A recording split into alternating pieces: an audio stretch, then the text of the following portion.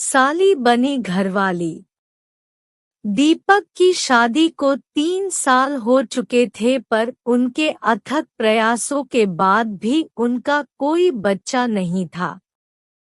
दीपक की पत्नी जुगनू को बच्चे की बहुत चाह थी। उन्होंने हर प्रकार का इलाज टोना टोटका सब कर लिया, मंदिर मस्जिद पर माथा टेका, पर कोई लाभ नहीं। वह अक्सर टेंशन में रहते थे। दीपक का मार्केटिंग का काम था, तो वह अलग अलग शहरों में भी जाया करता था। जुगनू की एक छोटी बहन भी है, जिसका नाम ज्योति था। वो इंदौर के एक हॉस्पिटल में नर्स थी और इंदौर में ही किराए के कमरे में रहती थी। एक बार दीपक मार्केटिंग के काम से इंदौर गया था। उसे वहां रात हो गई, तो वह ज्योति के रूम में चला गया। ज्योति के रूम में कुछ बनाने और खाने का सामान नहीं बचा था, तो दीपक ने कहा कि चलो बाहर से कुछ खाकर आते हैं। फिर दोनों पास के होटल से खाना खाकर वापस आए। रात ज्यादा हो चुकी थी। ज्योति ने दीपक के लिए पलंग में बिस्तर लगा दी और खुद नीचे जमीन पर बिस्तर लगा कर सो गई। परंतु दोनों को नींद नहीं आ रही थी, दोनों करवट बदल रहे थे। ज्योति ने दीपक से मजाक में पूछा, क्यों जीजा जी नींद नहीं आ रही क्या? दीदी की बहुत याद आ रही है क्या? दीपक को तो मौका मिल गया। वो बोला, तुम जैसी खूबसूरत साली जिसके साथ हो, वो भला बीवी के बारे में क्यों सोचेगा? ज्योति शर्मा गई और बोली, जीजा जी आप भी बहुत स्मार्ट और हैंडसम हो।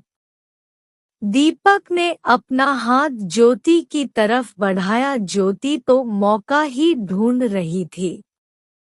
ज्योति ने दीपक का हाथ पकड़ लिया। दीपक पलंग से नीचे आया और ज्योति को बाहों में उठाकर पलंग में लेकर गया। ज्योति भी दीपक से लिपट गई। देखते ही देखते दीपक और ज्योति एक हो गए। रात भर खूब धमाचौकड़ी हुई। सुबह दोनों देर से उठे। दोनों ने साथ में शॉवर में खूब नहाया। फिर ज्योति बोली, मुझे हॉस्पिटल जाना है। दीपक बोला, हाँ जाओ, मुझे भी घर निकलना है। ज्योति दीपक का हाथ पकड़ के बोली, आज रुक जाओ ना जीजा जी प्लीज। दीपक भी बहुत छिछोरा था। वह तुरंत बोला, रुक तो जाऊंगा, पर तुम जल्दी आना। ज्योति बोली, हाँ ठीक है। दीपक और ज्योति अपने अपने काम से निकल गए। शाम को दोनों जल्दी रूम आ गए। फिर खेल चालू हुआ रोमांस का। रात भर खेल चला। ज्योति का पलंग जर-जर आवाज करने लगा। दीपक थक कर सो गया।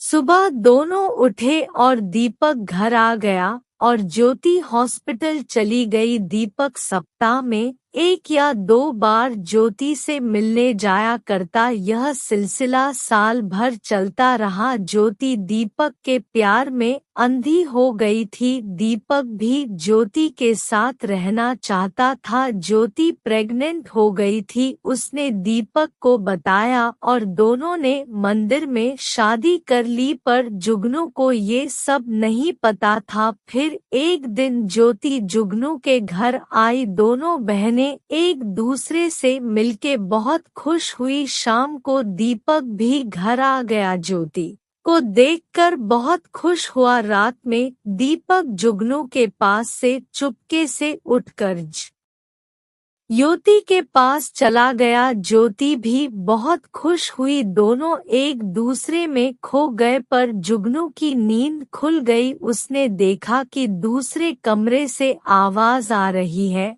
उसने दरवाजा धकाया और लाइट चालू किया। दोनों के बदन एक भी कपड़ा नहीं था। ज्योति के गले में मंगलसूत्र देखकर जुगनू ने पूछा, ये सब क्या हो रहा है और तूने किससे शादी कर ली? दीपक ने जल्दी से कपड़े पहना और जुगनू को कमरे में लेकर गया और सब कुछ बता दिया। दीपक बोला कि तुम बच्चा गोद लेने की बात कर रही थी, इससे तो अच्छा यह होगा कि ज्योति को भी अपने साथ रख लेते और उसके बच्चे को अपना बच्चा मानकर पालते, नहीं तो मैं ज्योति के साथ कहीं दूर चला जाऊंगा। जुगनू को थोड़ा दुख तो हुआ पर फिर वो तैयार हो गई और इस प्रकार दो बहनों का एक पति बन गया।